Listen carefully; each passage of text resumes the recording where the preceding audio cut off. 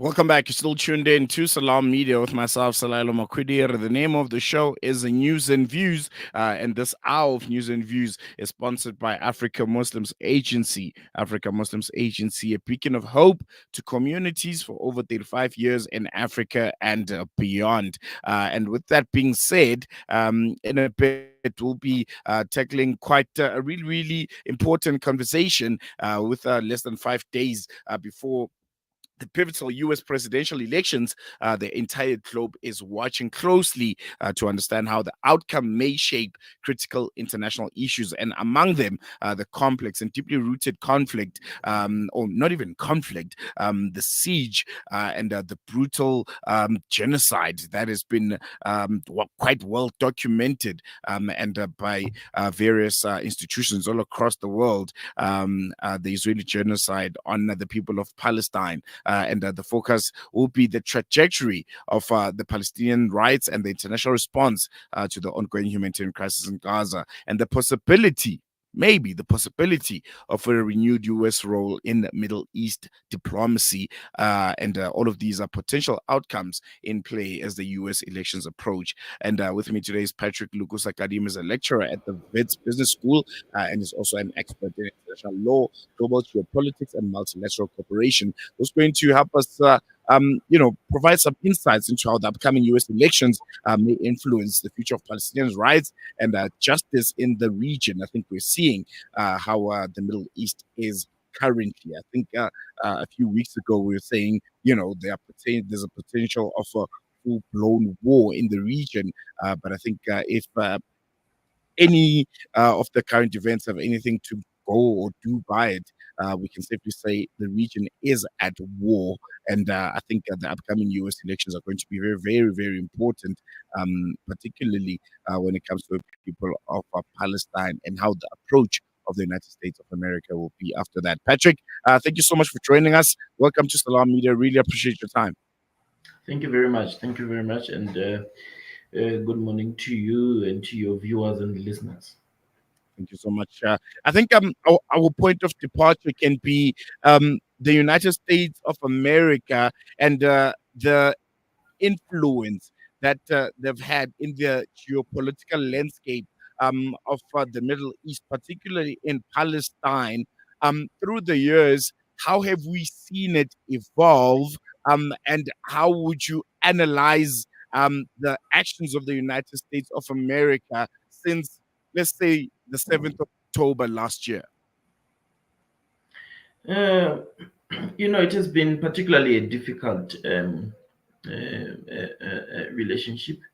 I mean, looking at it through that, the American administration currently is being led by the Democrats.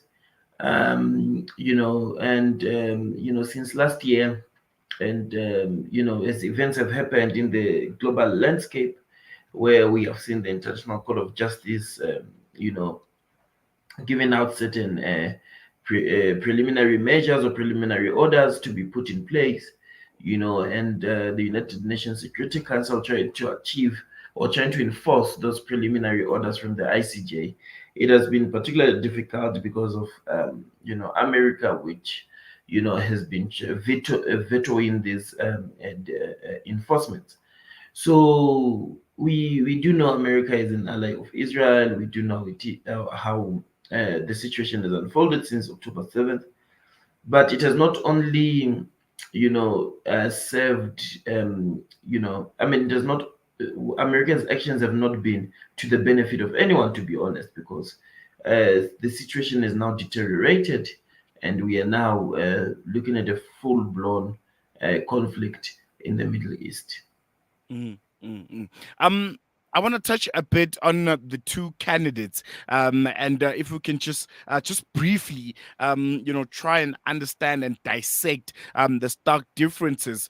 This is Kamala Harris and Donald Trump. The stark differences on domestic issues, and how do you assess their foreign policy positions, particularly concerning the Gaza conflict?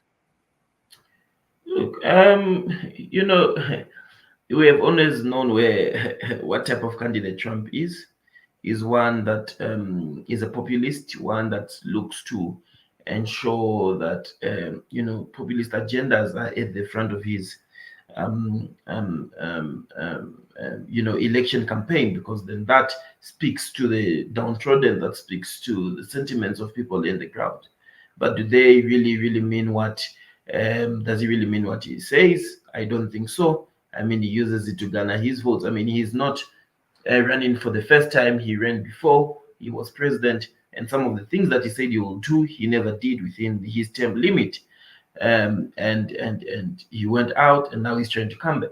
Then we have Kamala here, who seemingly is trying to show sympathy, towards a lot of issues, but currently the climate in the American context, as we have seen even with people like Hillary Clinton, is that the American democracy has never been fond of, appreciating women politicians to take the White House seat, and but we will have to wait and see how the American population reacts now, especially that a lot of domestic issues are currently at play. But I think this time foreign policy will be also very key in how people vote in America.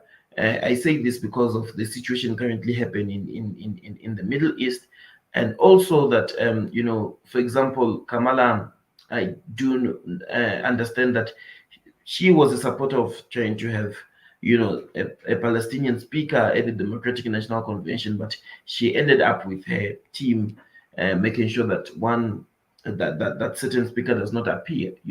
So there's this back and forth and this back and forth, and for me, whether the Republicans or the Democrats are coming into power, they will all continue supporting Israel and not implementing international law. But what is of importance here is that there needs to be a ceasefire that needs to happen urgently, because women and children are dying. There is lack of humanitarian access and so on and so forth. And whichever side these parties stand off, where one maybe is moderate and the other is not, does not help anyone. There needs to be different parties brought to the table where ceasefire talks are done in a fair manner.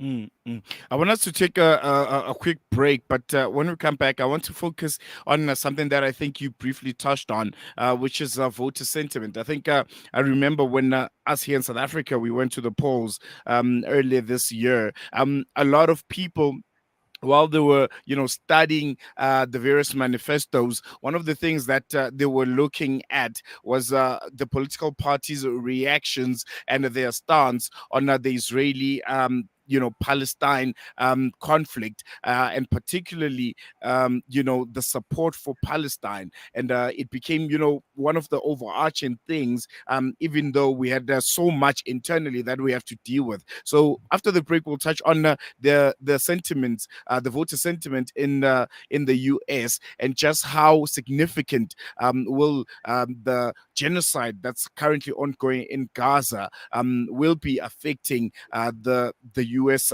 voting majority as they head out to the polls in about 5 days or so.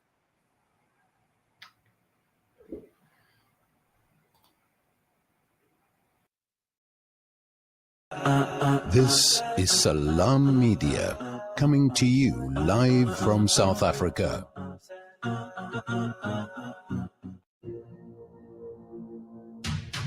The people of Palestine need your support now.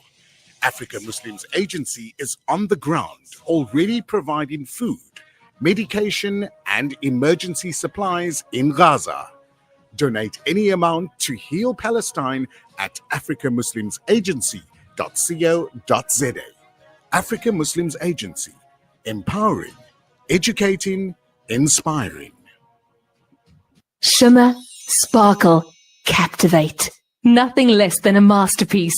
Droplets of gold inspires precious design. Platinum bursts with intricate freshness, and every pure diamond becomes more than just a girl's best friend. Voda Gold Gem Jewelers, where timeless dreams become a reality. Come to us.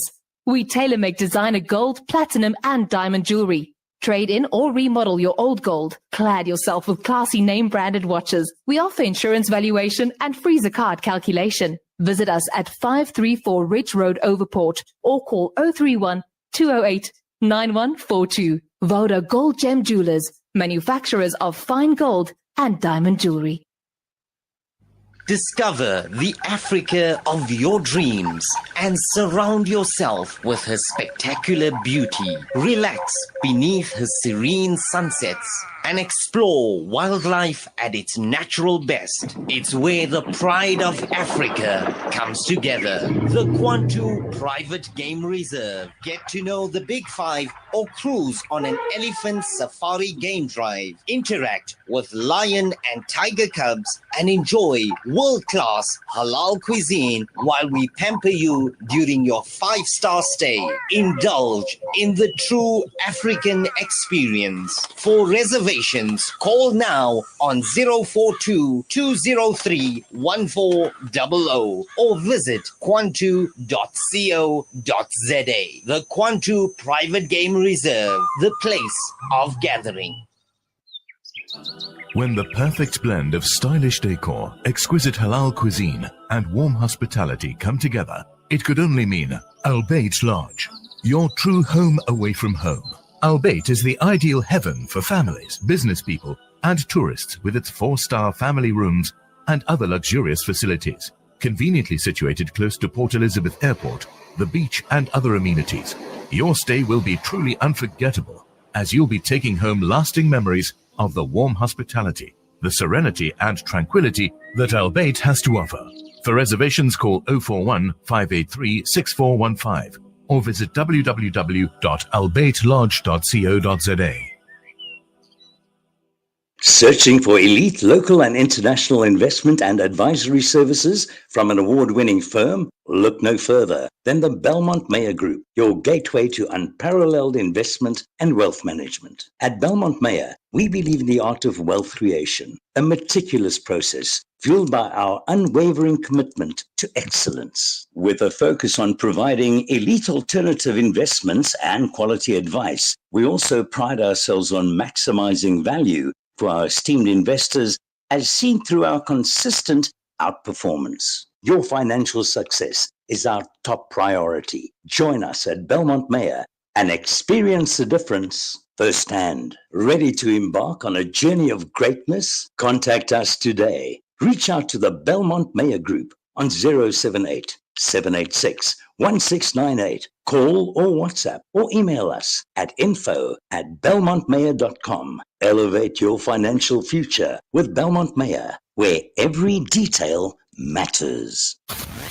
Connect and stay ahead with Salam Media.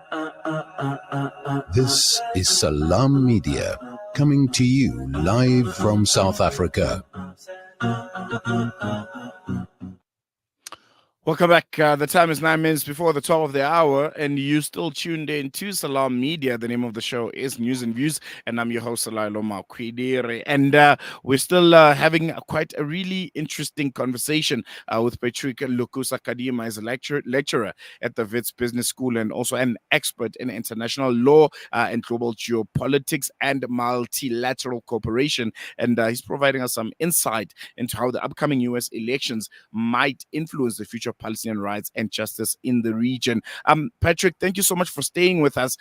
Before I went to that break, I wanted to touch a bit on voter sentiment. I think, we saw here in South Africa when we went to, the elections earlier this year, that the issue of Palestine was one that is very, very overarching. A lot of political parties and a lot of voters, had a keen interest on, how the political parties are interacting with this issue and their stance on it. And a lot of people say, the likes of the ANC, kind of used it to to canvass for votes. I'm not sure to what extent that worked for them, looking at how they did in the previous elections. But when it comes to American voter sentiments, do you feel like the issue of Palestine and how maybe the two parties and their stance on it, maybe how aggressive or how conservative they are in their approach, will in any way play a role in how they ultimately vote or decide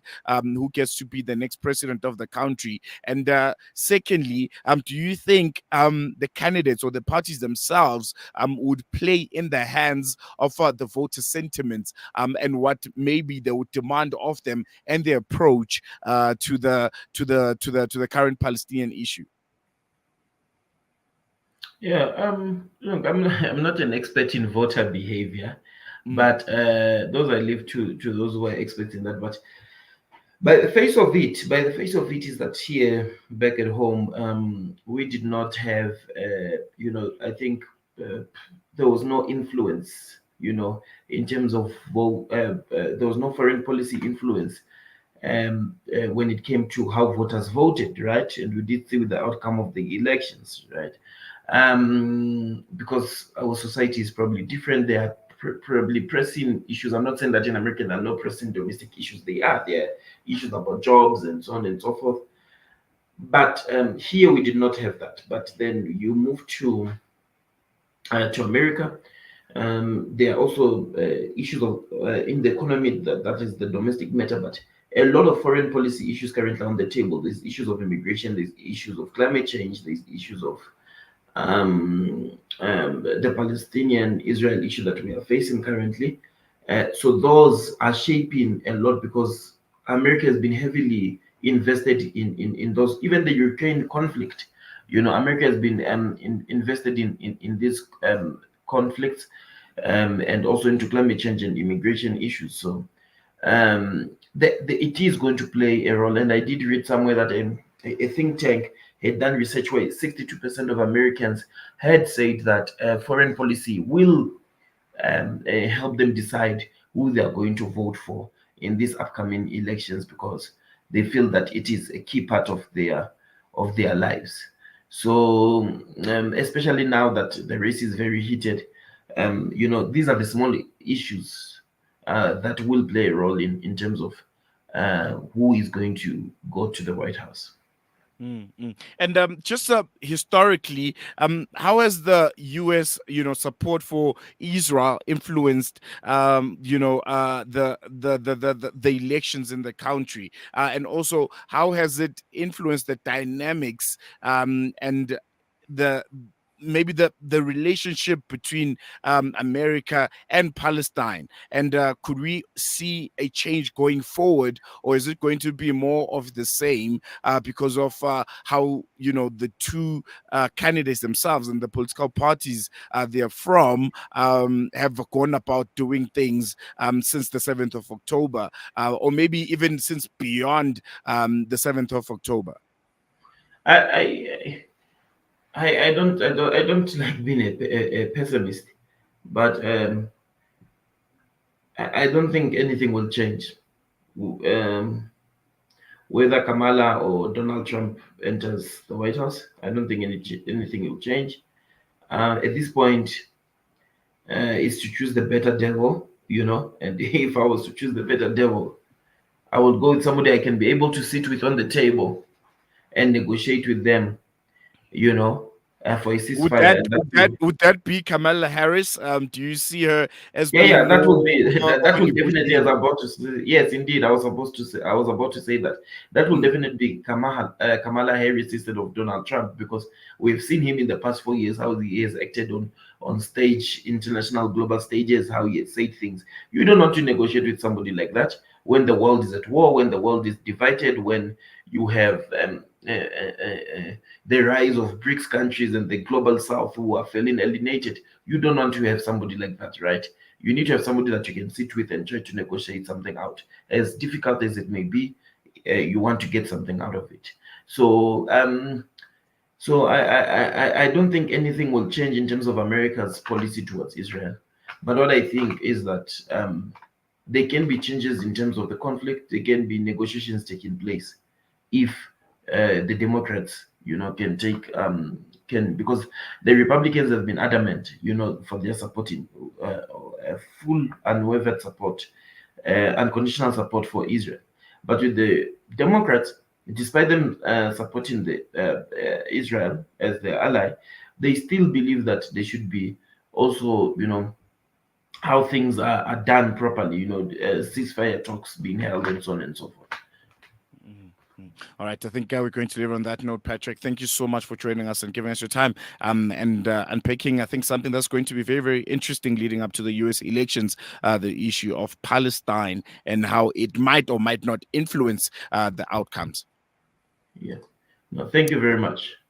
Oh, they have it there. Patrick Kadima, lecturer at Wits Business School. What do you think? Who do you think would be the better devil? Patrick seems to think Kamala Harris would be probably the better option for the people of Palestine. What do you think?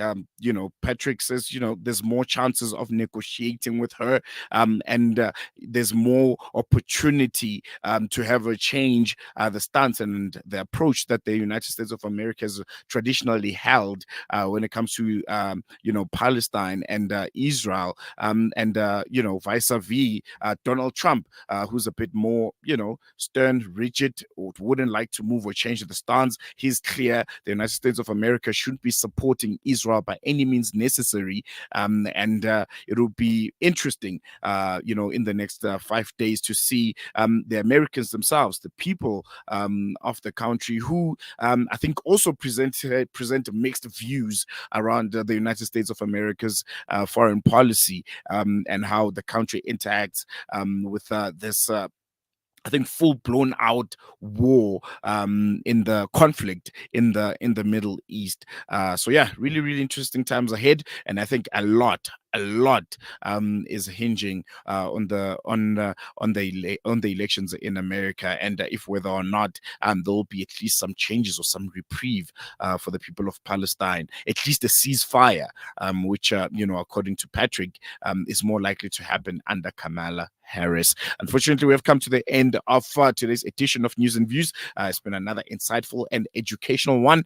Looking forward to have you join us again for the Thursday edition of News and Views. And don't forget, today, Wednesday nights with Inayat Wadi. That's from 7 right until 9. And in today's edition, there'll be a brilliant roundtable discussion on BRICS. I think we've seen, this past week, the BRICS summit out in Russia. So you'll be having a quite interesting panel of experts who are going to be just discussing how BRICS has evolved throughout the years. Has it become what we thought it would be? Has it become impactful? And has it become, I think, the alternative? And is it, the correct way that the Global South needs to go about doing their business and getting some kind of independence from, what we consider the norm, which is the North countries and their blocks there. So yeah, don't forget to join that conversation. It's happening tonight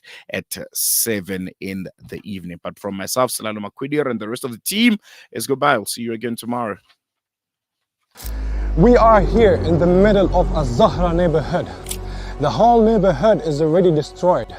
More than 17 towers are down.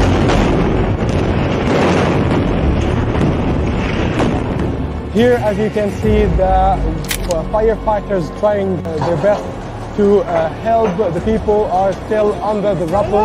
A lot of the people.